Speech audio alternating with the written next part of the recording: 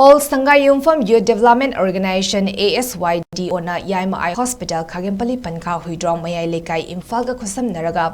1-day free eye checkup camp ama Sangayumpham Community Hall da Mai Pakna Mioi Chahum Henna Saruk Yaduna Pangthokkhre Hariba medical camp asida yamna thazadaba maongda masing yamlaba mioi kaya tholaktuna yamna chawna mai pakhibada ASYD ona thagatpa phongdokpaga loina matung tarakpada mayam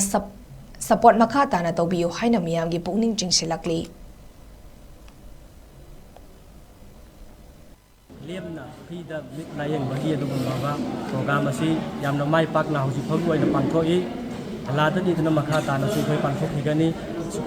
ngasi mayamna support torakpadagi ngasi si yamna ikoina thajarudaba mawongda ikoi mitki layeng basi lagnari sangai mungdi kasen koyada Mareng Kuntagi Karanchi dagi Lekai dagi Dam dagi Sumain Torakama Zaga dagi Koi Gaino Polak Yaunari Basi Mayang support dagi ngasi di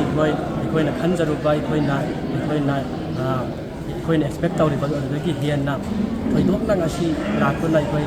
side bu support biri aduga YAIMA hospital bu support biri ngasi koi na sangai ai ba ma da kem za thawa da dum Lekai ma la